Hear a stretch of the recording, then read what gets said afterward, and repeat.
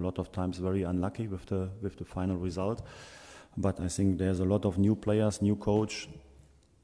So I think we need to be very good prepared, very focused and concentrated tomorrow. But then, of course, we know also about our quality, that we have then all the chances to win the game. And this is a very important game for us before the national team break. So we are looking forward. Training today was good. So I think, we are ready for tomorrow.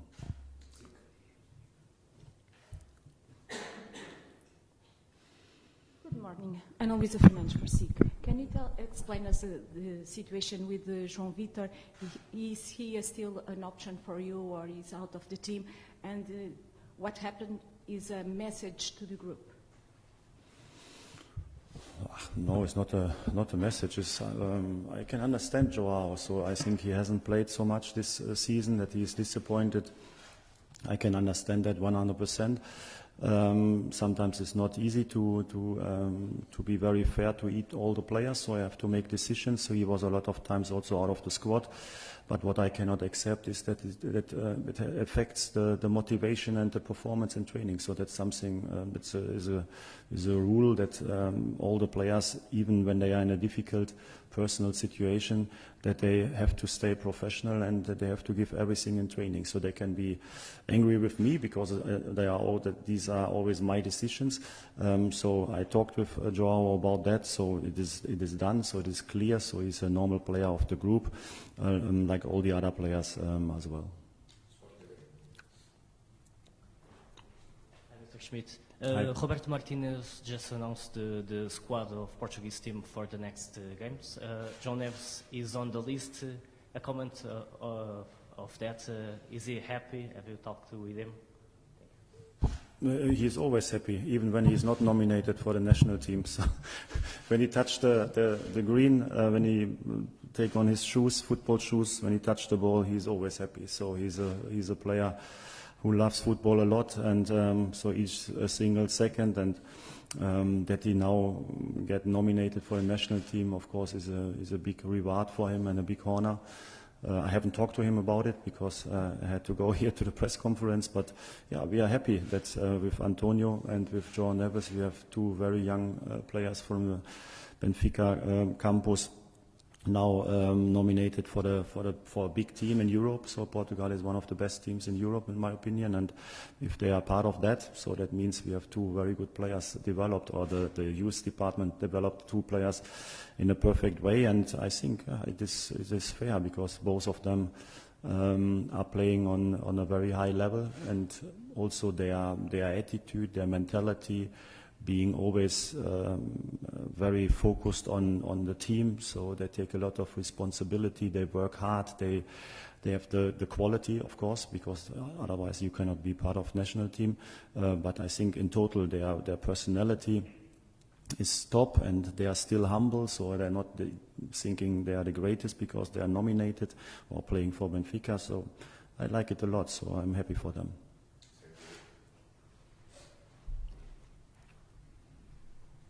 Hi, Roger. Gonçalo Batista, CMTV here. Let me ask you about Artur Cabral. He has played already in 7 matches this season, and he's yet to score or to assist a goal. Do you think he's still a bit out of shape physically and out of sync with his teammates? No, physically, I think there's no problem. So I think he's working very hard. He got already chances to play. They had some chances, and what I said already maybe in the last one, the press conference before, that is not so easy to adapt quick here in our style of playing as a central striker, especially not when you haven't been in pre-season. So I think he was there when the season started, and now we have to try to integrate him, that he get a good feeling on the pitch. So I think for all the tasks he has to do with the ball, against the ball, to find his spaces, he was a little bit more used to be a central target striker with wingers on the side, with a lot of crosses, early crosses, and then he had to be available in the central attacking. And now, of course, there are more players around him. He has more involvement in combinations, and I think that's something you need a little bit time. Sometimes it goes very quick, and at the moment It takes some time, but we have the time. So I think we are playing very successful. We played a lot of games already this season. Of course, we lost also a few, but in total, I think we are on a good way. Not on the top level, but I think good enough to win games and also to integrate players like Arthur.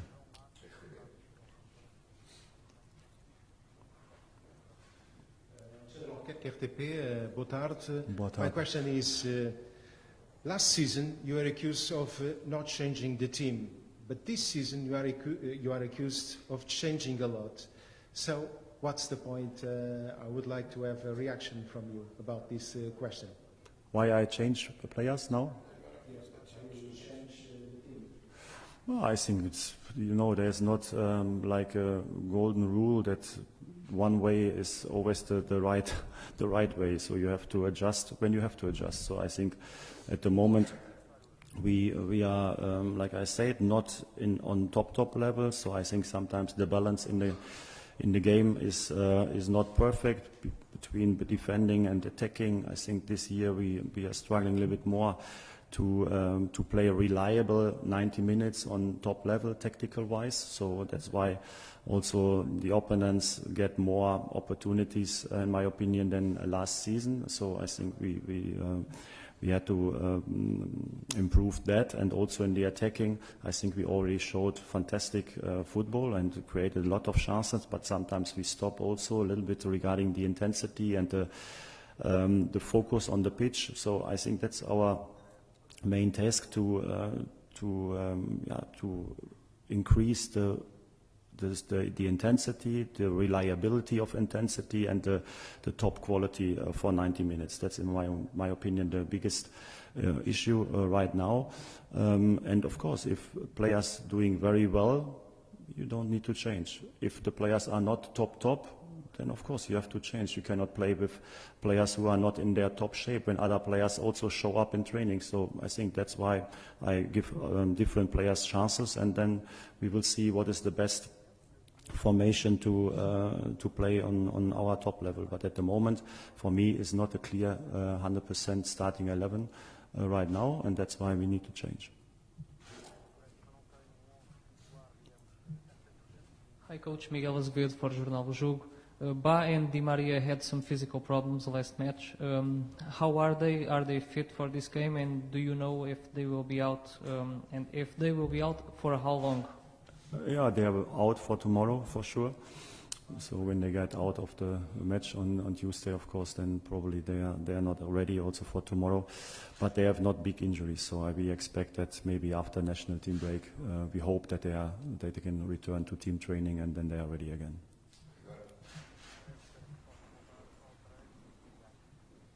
Walter Marques do Jornal Record. Last season Benfica lost 4 games. In this season Benfica lost 3 games in 11 games. Is Benfica a more vulnerable team without Florentino?